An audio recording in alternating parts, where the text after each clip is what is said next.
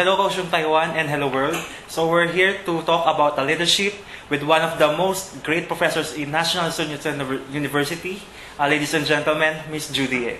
Okay. Hi everyone. Nice to talk to you, Ned. Yeah. How's your day so far? Yeah, I'm having a good time because I'm going to have a meaningful conversation with you today. Meaningful conversation. How nice. Okay. So what do you want to talk about today? So basically, we will start on how college students will be inspired by your talk today about leadership. Okay. Yeah. So let's start with the first question. So basically, there are many types of leadership or definitions of leadership. So, but for you, what is the definition of leadership? What is my definition of the leadership? Well, you're right. There are hundreds definition of the leadership. But for me, I would choose John Maxwell. That he has been recognized ranking number one, the leadership, the education, the experts in the United States.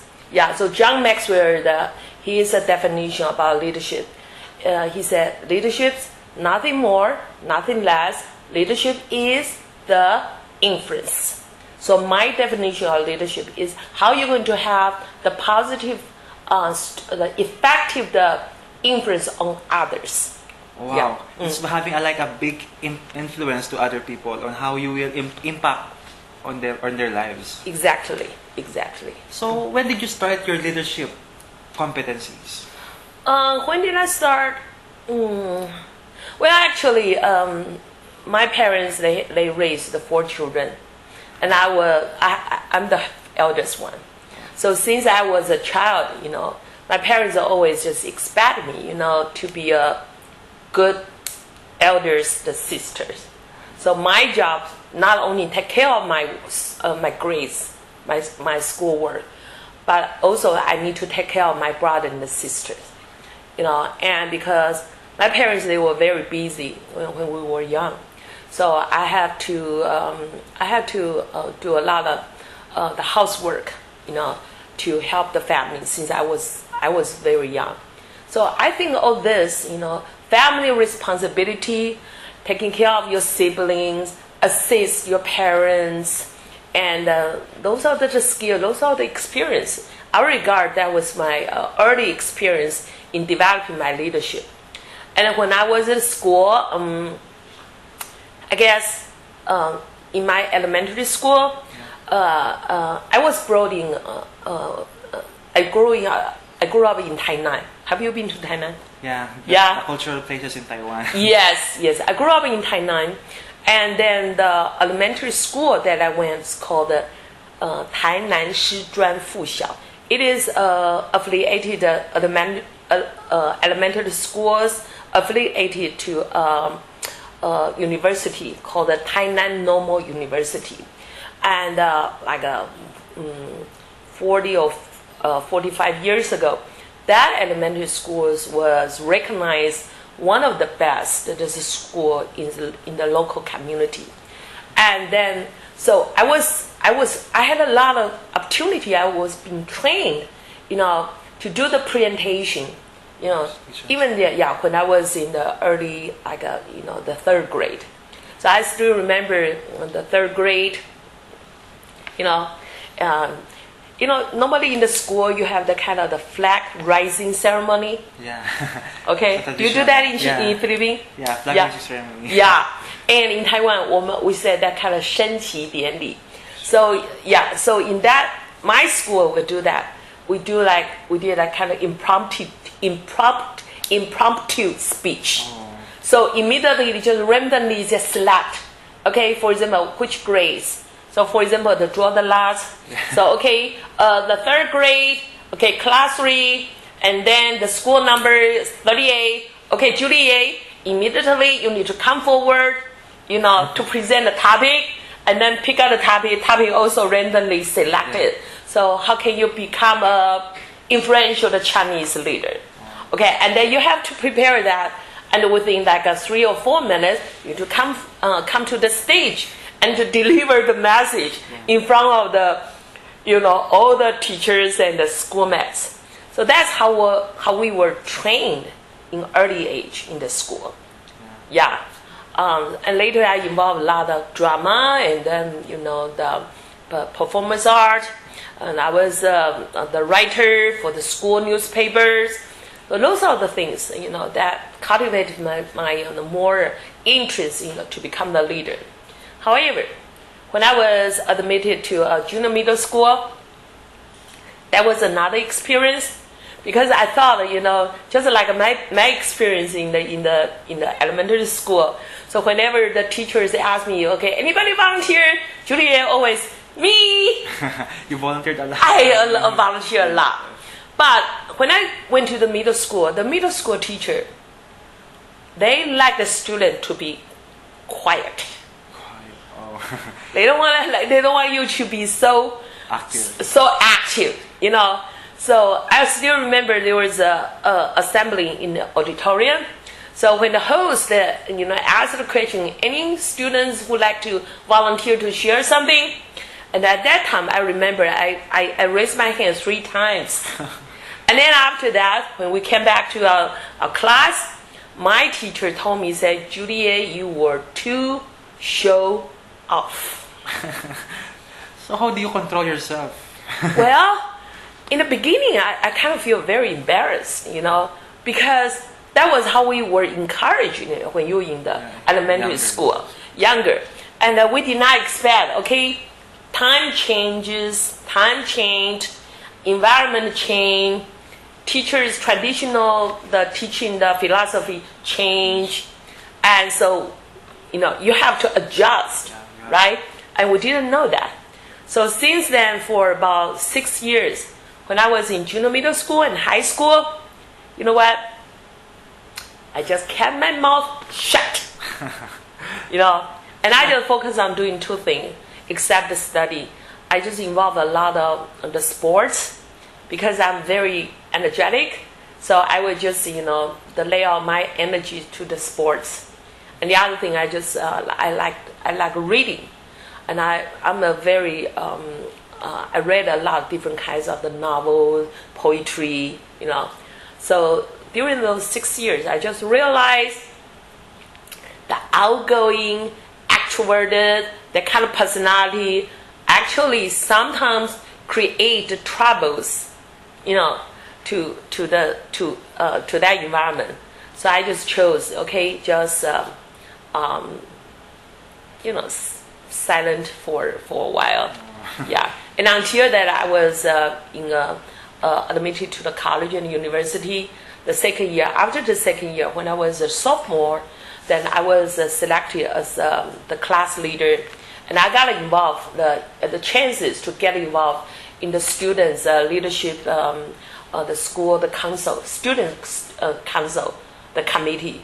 Yeah. And so that was the second time I just, once again, inspire myself into get more involved in that student leadership development. Yeah. So you've developed your leadership skills when you're young, starting from your family to the student council of your institution. Yeah. So mixing all of these things, like you're now a great professor in NSYSU, and they call you Dr. Judy.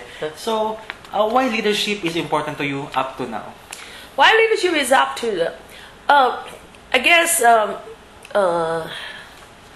When I was graduate from the college, I majored in English, the literature.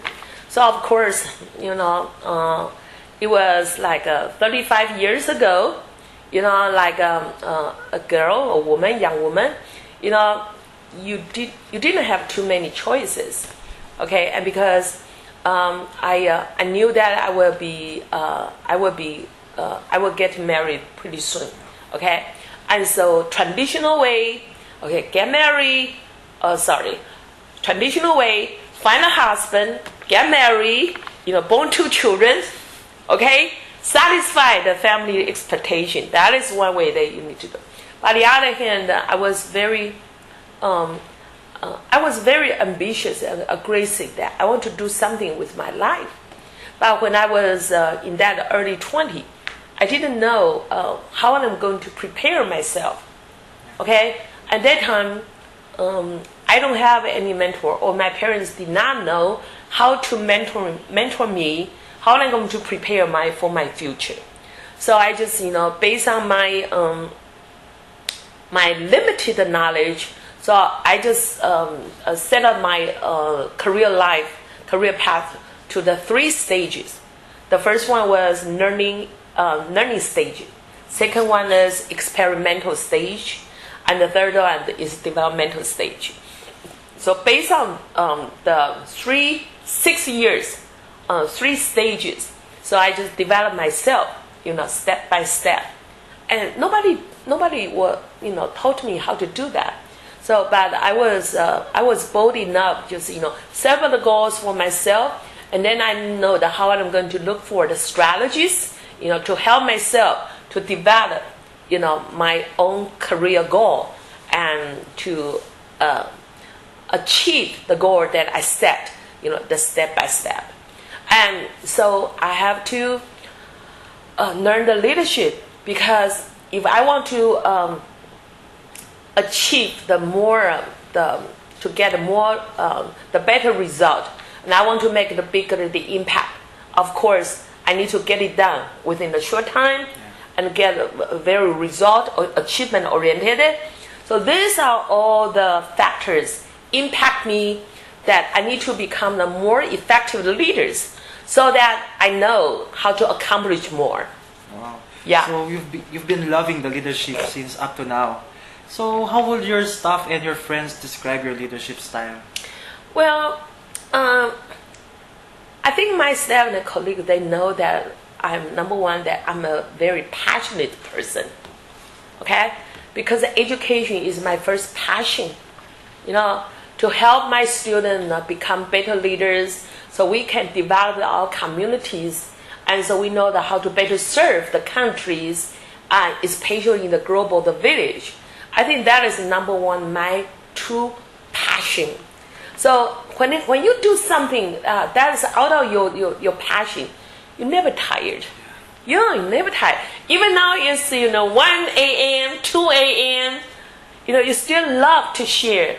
Even people they feel like sleepy or that, but I feel, even sometimes I feel sleepy. I feel also my energy kind of down.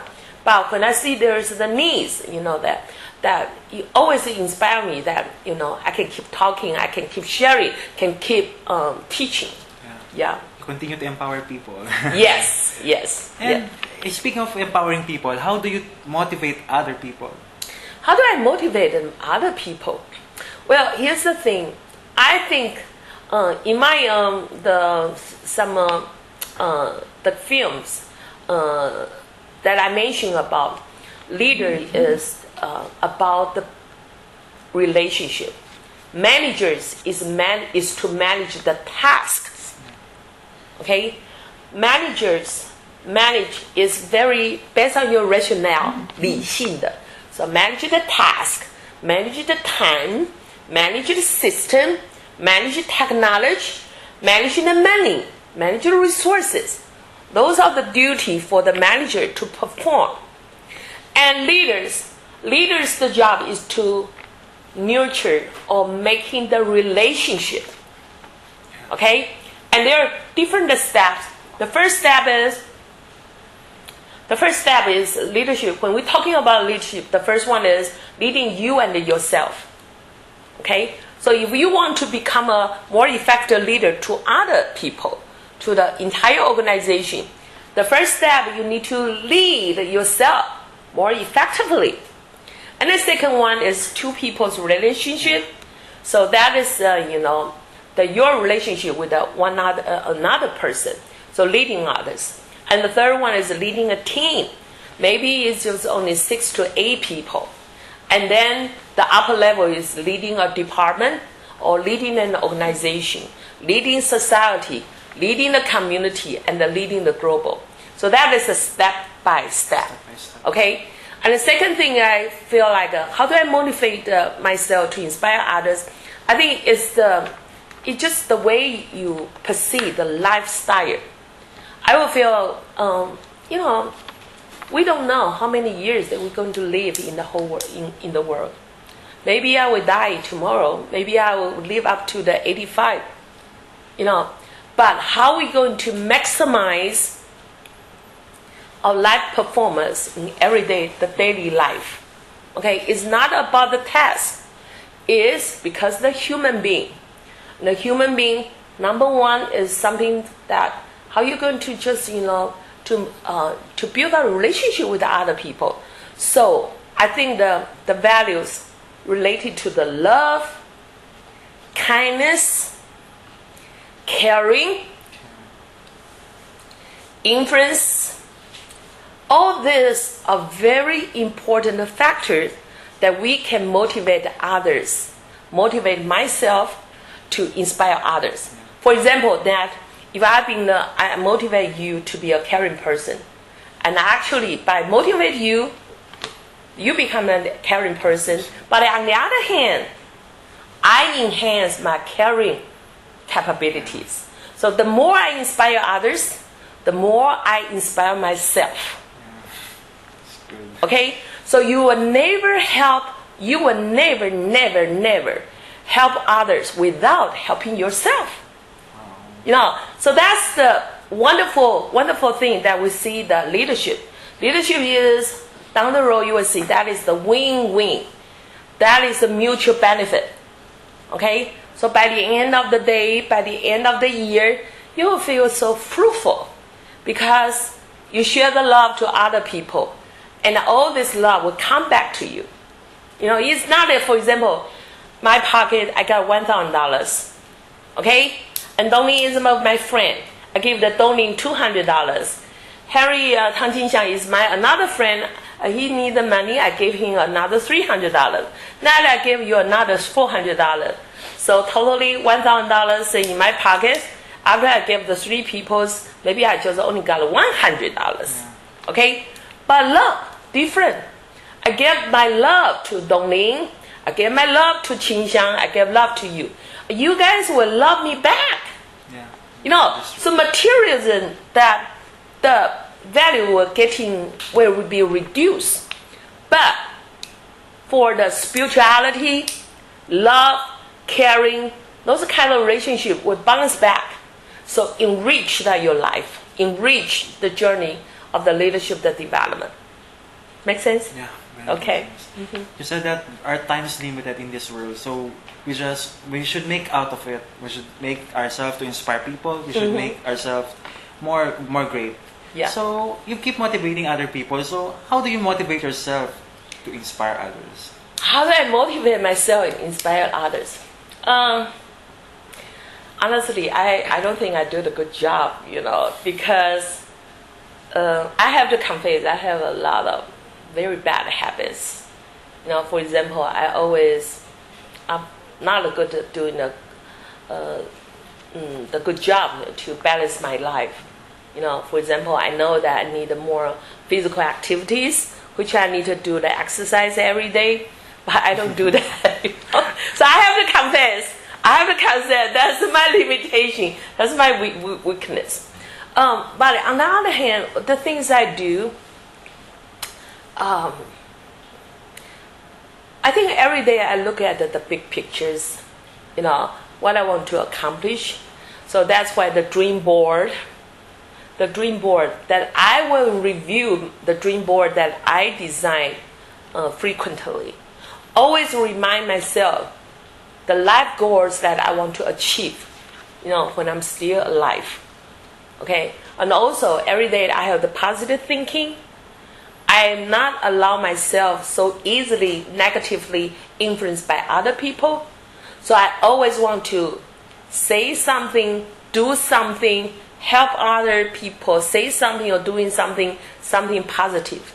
Because I firmly believe negative, the power actually is the 4 times larger than the positive, the influence. And so how positive people gather together so they can just, focus on the goal, achievement. Okay, so we can make the impact. And negative people, they just come together and complain and blame others.